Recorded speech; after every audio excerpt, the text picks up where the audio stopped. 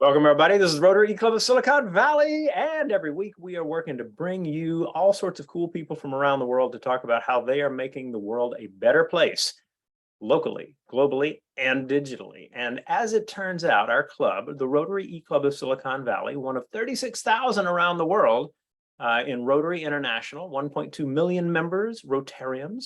I believe that's up to 1.4 now that Rotaractors are kind of in that same number as well. And welcome all of you. And the goal for us is, as a worldwide organization, is service above self. How do we do things in a way that not only reaches into our hearts and souls and allows us to find ways to make life better for others, but for our club, how do we do that innovatively, sustainably, compellingly? And so as an educator, I'm especially excited today for us to have as a speaker someone who has jumped feet first into the sustainable, innovative, and compelling educational space. Our speaker is Katherine Kelbaugh. You read her bio coming in. She is the founding principal and now the executive director of the Museum School of Avondale Estates. She will be talking to us about the National Association of Museum Schools, what museum schools are. And Katherine, I am really excited for you to be here. I hand the mic over to you. Welcome. Excellent. Thank you so much for that introduction, Rushton. And I'm so excited to talk to you all today about museum schools and the National Association of Museum Schools. So that's just what we'll do. We'll talk a little bit about what museum schools are and just some data, how many there are, where they're located, and then we'll focus in on the association itself. So what is a museum school? There actually is not one universal definition of museum schools, but there are common characteristics among these museum schools, and that's what we're going to discuss today. So this is a newer concept, and so the research is pretty new and definitely in its infancy. And there really is not, again, a universal definition like we may see with some other schools, not a certification or approval at this point. But let's talk a little bit about these characteristics. So over these next few slides and the conversation, we're going to talk about all museum schools, most museum schools, and some museum schools, so you can get a feel for the similarities and differences. So first of all museum schools have formal partnerships with museums and zoos and aquariums and other organizations to enhance classroom learning and lessons. So these partnerships don't replace classroom learnings. They don't replace classroom teachers and those lessons that classrooms are developing and teaching within the school building. Instead, they enhance these learning opportunities. And we'll talk about some specifics very soon. Museum school students are engaging with concepts and standards by working with these museums and really getting immersed in hands-on exhibits and interactions with experts in the field. So the way this looks typically, for most museum schools, there are learning expeditions. And learning expeditions are different than field trips because they're very focused and structured and organized. So think differently from the 7-hour free-for-all trip to the zoo every May, where students go, they get off the bus, and they spend the entire day there and hop back on the bus. These learning expeditions are different. First of all, they're much more frequent. So typically museum school students are traveling on expeditions about every other week. And so they're going out into the field and they're focusing only on the exhibits that align with what they're doing in the classroom. And that's the way that these students are able to travel out so often. So for example, if first graders are learning about habitats, they may go to the aquarium and go specifically to the exhibit that, again, aligns with the habitats that they're learning. If kindergartners are learning about their community, they would go to specific community resources and organizations, again, to enhance that initial classroom learning.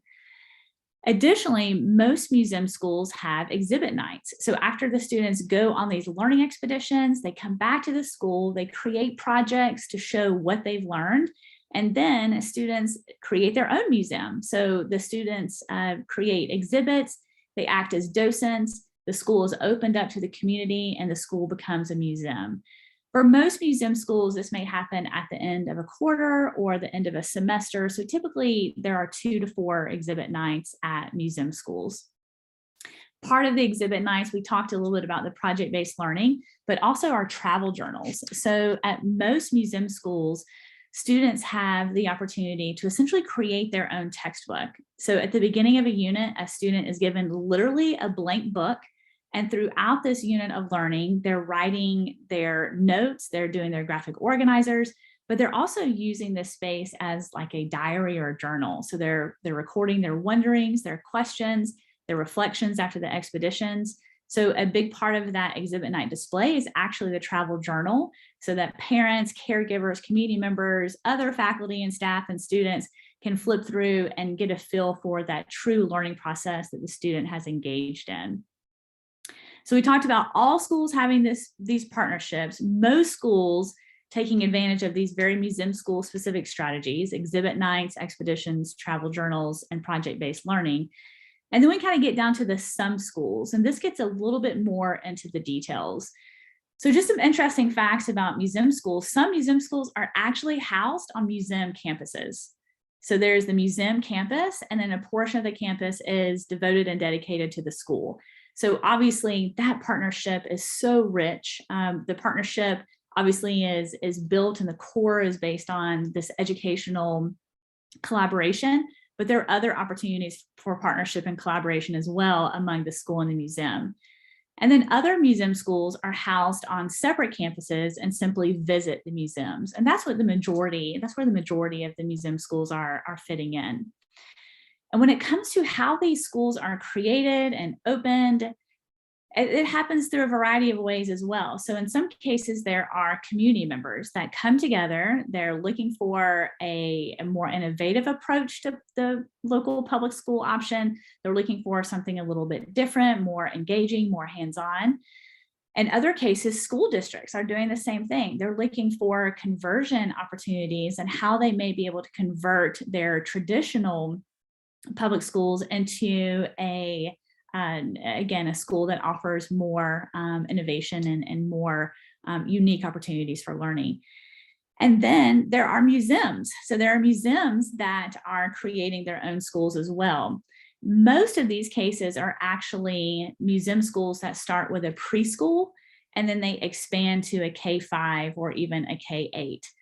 And then in some cases, it's a combination of all of these. So it's a true partnership among maybe a district, a museum, community members, businesses that come together and again are looking for an innovative way to expose students to learning opportunities.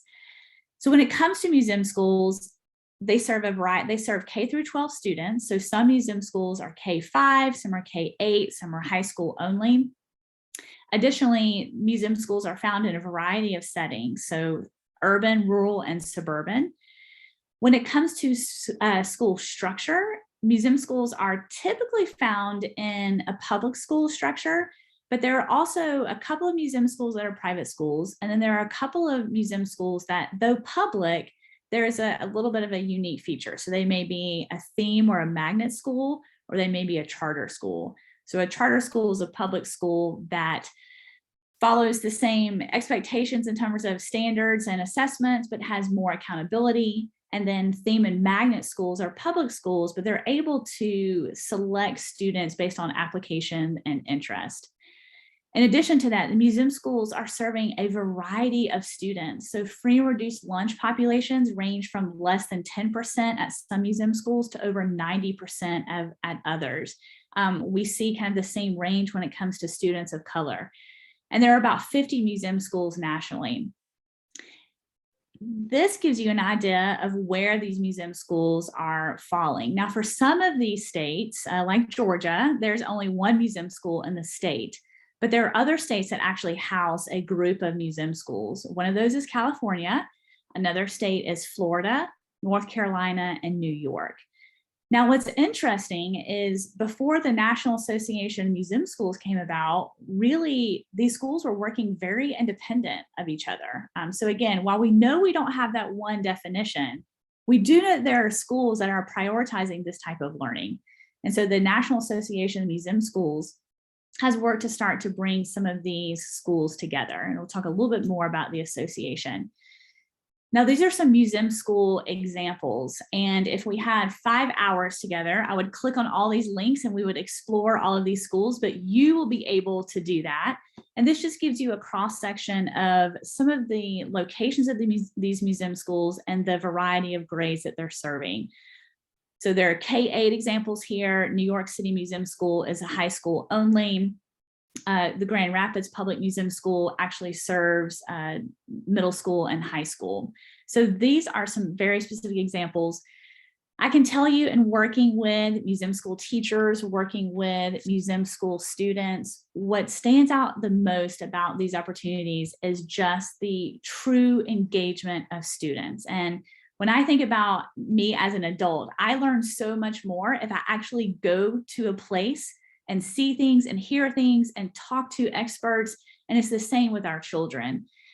And I think what makes museum schools stand apart, even from other schools that maybe do engage in field trips, is this project-based learning and exhibit night piece. Students are literally, they're using their travel journal as a reference. They're creating these projects. They're displaying them. And in many cases, the partners actually come back to the school for the exhibit nights, and they also get to interact with the students when they're in their docent capacities. Now, if we shift a little bit to the association itself, this association was really designed to provide a platform for teachers and administrators to share their best practices, their ideas, their challenges, their advice, their experiences, but also as part of the association and what we're hoping to do, it's to expand this model. So we know that we have 50, and while the association is absolutely prioritizing making sure those 50 schools have what they need, that they continue to grow and develop, we also want to make sure that we are advancing the museum school model overall. So our mission is just that, to exhibit, enhance, and expand this model. The ways that we're hoping to do that is really by impacting PK-12 education, so that's pre-K through 12th grade education, by not only advancing our current museum schools, but also advocating for additional museum schools. And the one piece I haven't talked about yet is accelerating museum programming. So the National Association of Museum Schools works very closely with museums to figure out how those museums, whether they're working with museum schools or non-museum schools, how can they continue to expand and accelerate their programming to make sure that their learning opportunities are as engaging and impactful as possible. A few other focus areas of the association include just making sure that we have an engaged network, that we're offering relevant research, purposeful programming, and of course, operational sustainability. So you can definitely stay involved, learn more, join the association. The QR code there will take you directly to our website. For members, they are able to dive in further to the resources that are on the website, but there are lesson plans, there are a variety of resources, not only for museum schools, but also non-museum schools. So I definitely encourage you to check out that website, see how you can learn more about these schools. There's a full listing of where all of these museum schools are across the country. And finally, I would love for you to stay in touch with me. My email address is there at the bottom. And thank you so much for the opportunity to share with you more about museum schools and the association itself. Fantastic, Katherine. Thanks. So our group that is here to talk to you about your presentation, as always, feel free to put a question in the chat for me to read or to let me know that you have a question, and we are all good there. A little bit of an introduction thing first. You've met Katherine. My name is Rushton Hurley. I am in San Jose, California. Our member Rory Olson is in Houston, Texas. We have two guests with us, Val Sun in Los Angeles and Lisa Heifel in Pleasanton. And I'll start with the questions first. One of the things that you emphasize in talking about the museum schools is the variety. There are a variety of models, focuses. There's just a lot of different approaches to working with museums in order to build a compelling educational experience. I'm wondering if the connections to museums always assume that the museums are local.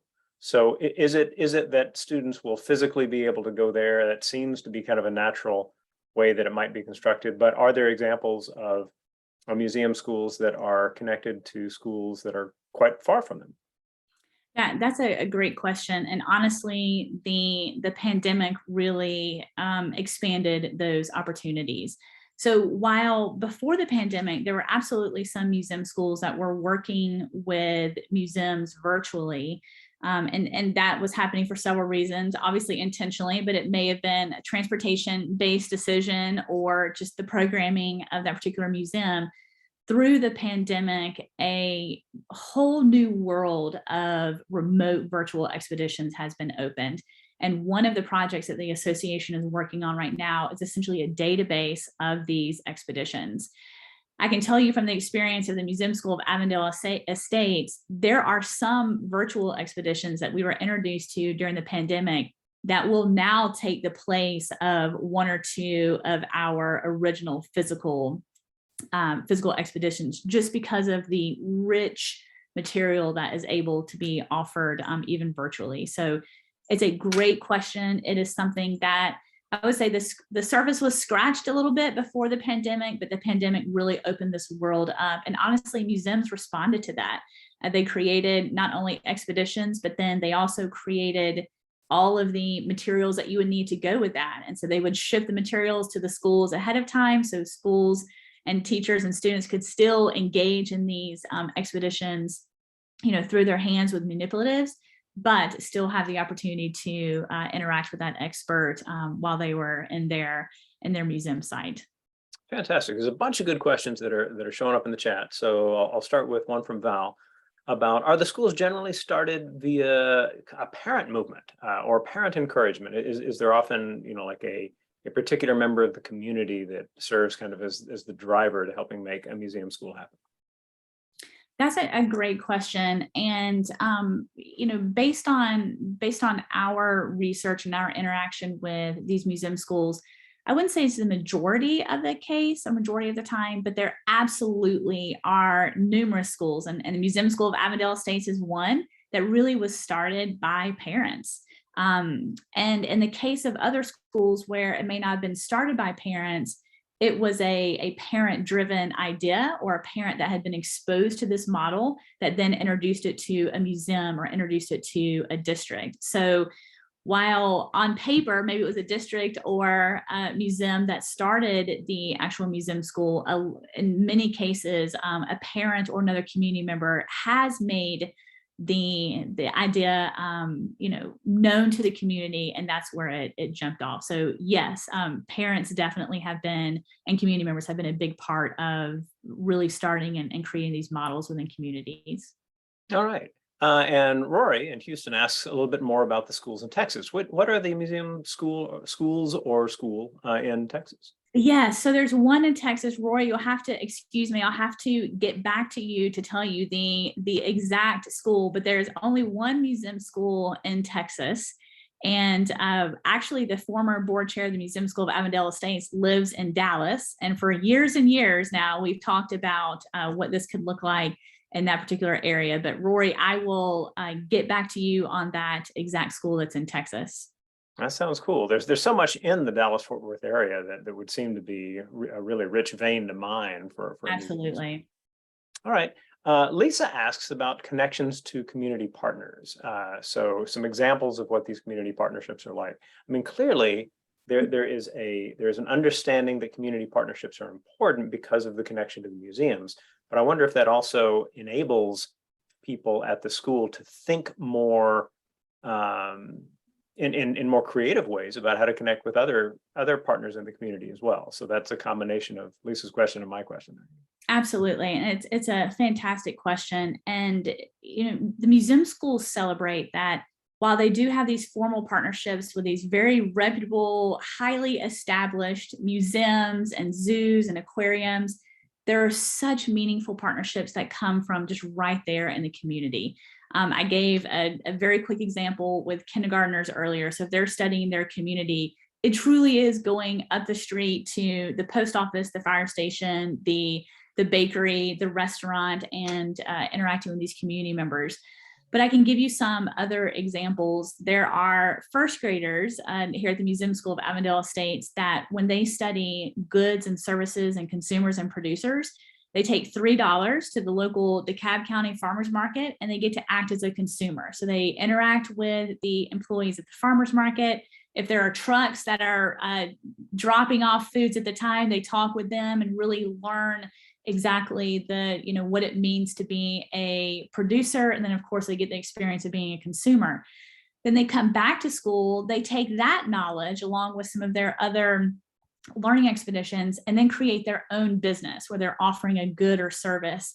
And so as part of exhibit night, there are partners and pairs of first grade students that are providing a good or a service to the community members that have come in for exhibit night.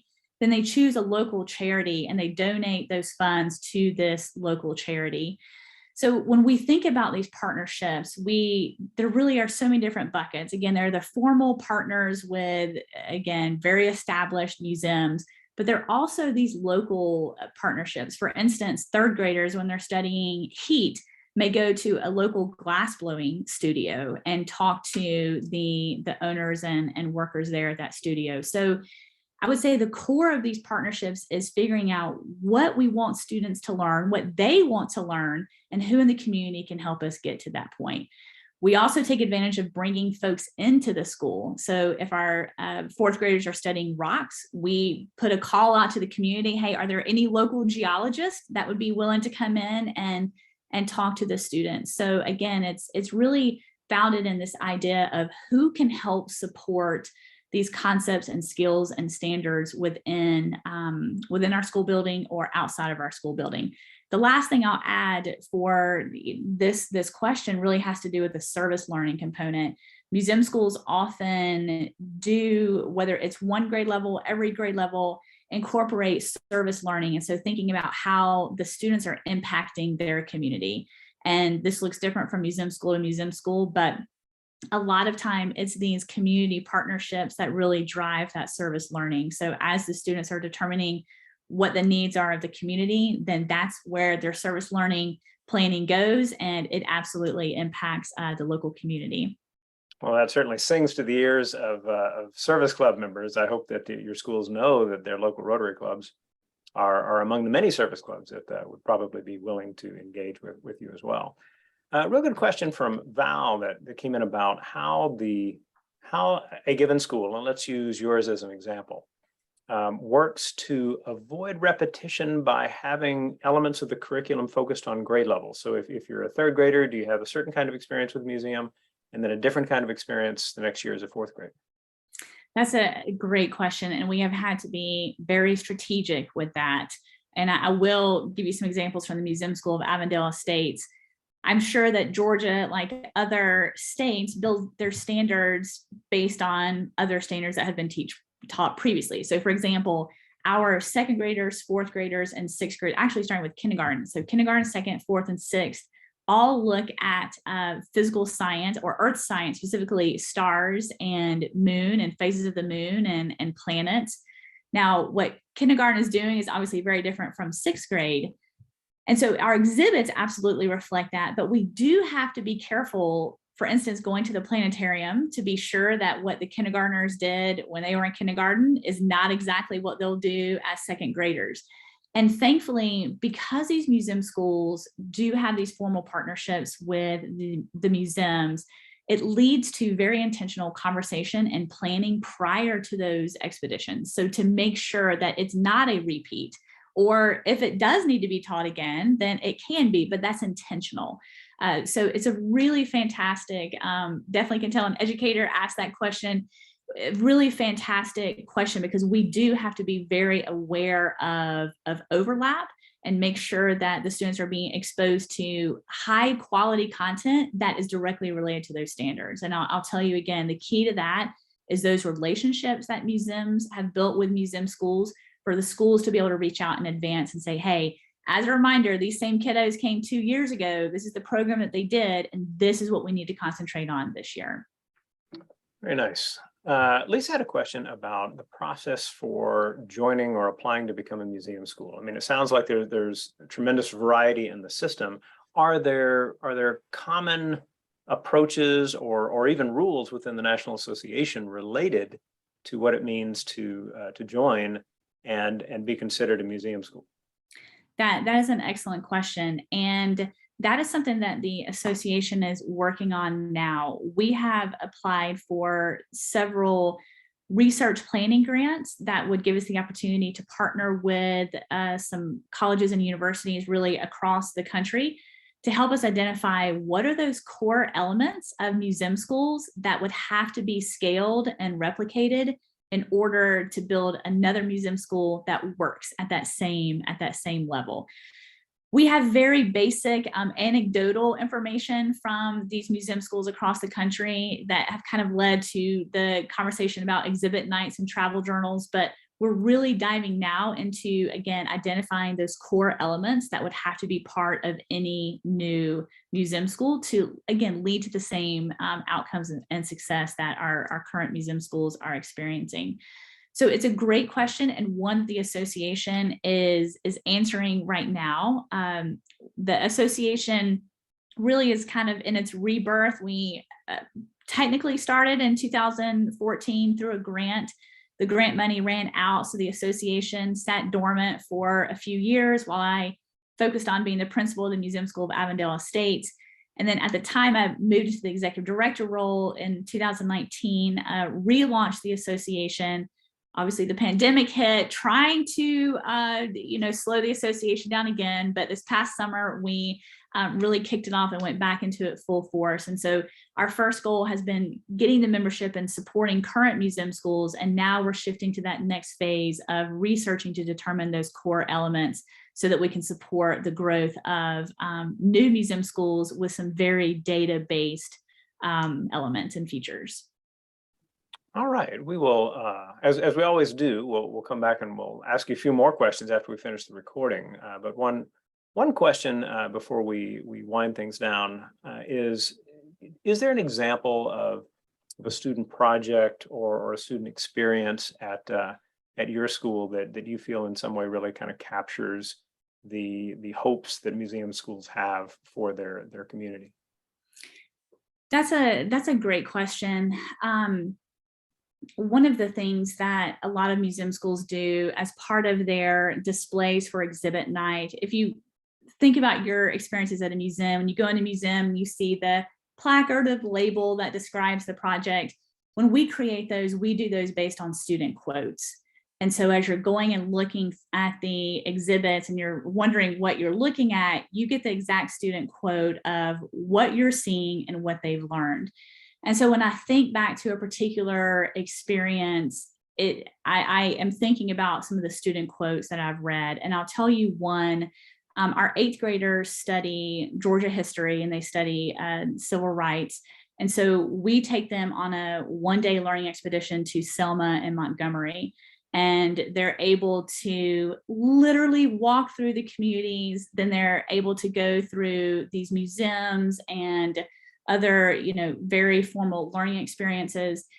And repeatedly when our 8th graders, and these are the cool kids of the school, but when they're asked to think about that experience, there are students that talk about they would not have had the understanding and the level of empathy and the desire to make change themselves had they not gone on that expedition. And that's exactly what we're looking for. So how can we expose students to learning in a way that is so impactful that they know that they want to make change, make a difference, and they're already thinking ahead, way outside the museum school walls, about how they're going to make that change? Wonderfully powerful. Very cool. In a minute, we'll ask you to give kind of a final word, but for everyone who is joining and watching this recording as a part of our weekly meeting, thank you for joining us. We hope that you got some great ideas out of this and other elements of the meeting as well, whether that's through the inspirational video or any other element of our meetings, the connections to Rotary stories and projects as well. I mean, there's so much. Share those thoughts. At the very bottom of the page, you'll find a forum to discuss, DISQUS section, and you are welcome to leave a comment or reply to the comments of others. Before you get there, there is an attendance form, and by clicking on that, you can let us know you were here. If you are one of our members, that's a good idea, just to make sure, you're kind of keeping engaged. If you are not one of our members, then doing that and getting your email address in correctly means that you'll get a message that you can pass along to your club secretary, make up a miss for your own club if you are striving to keep your attendance high. So with that, I'd like to say again, Katherine, thank you very much for taking time to tell us about this this very cool association, the fascinating things that are happening in these schools. And I know that you're going to have plenty of people following that link below the video to learn more about some of the different schools that we've got linked there. And so I'll pass the mic over to you for a final word. Again, I'll flip back to this slide that gives you quick access. Thank you so much for giving me the opportunity to talk about museum schools and the great work that these students and teachers are doing. I would definitely encourage you to stay involved, share this idea among your community. And if you see a connection between your community and the National Association Museum Schools, I would love to stay in touch. Additionally, one of our board members for the National Association actually works at Apple and lives in Silicon Valley, Chris Delgado. So if you were hoping to have someone that's a little more local than I am here in Atlanta, I know that he would love to talk to you about the association and some of our next steps. But thank you again. Thank you for the work that you all are doing. Thank you for the invitation. I am so impressed with the mission of your club and wanting to expand way outside of your own community, and wish you all the best. And thank you again for your time today. Thank you. And everyone, we will see you next week.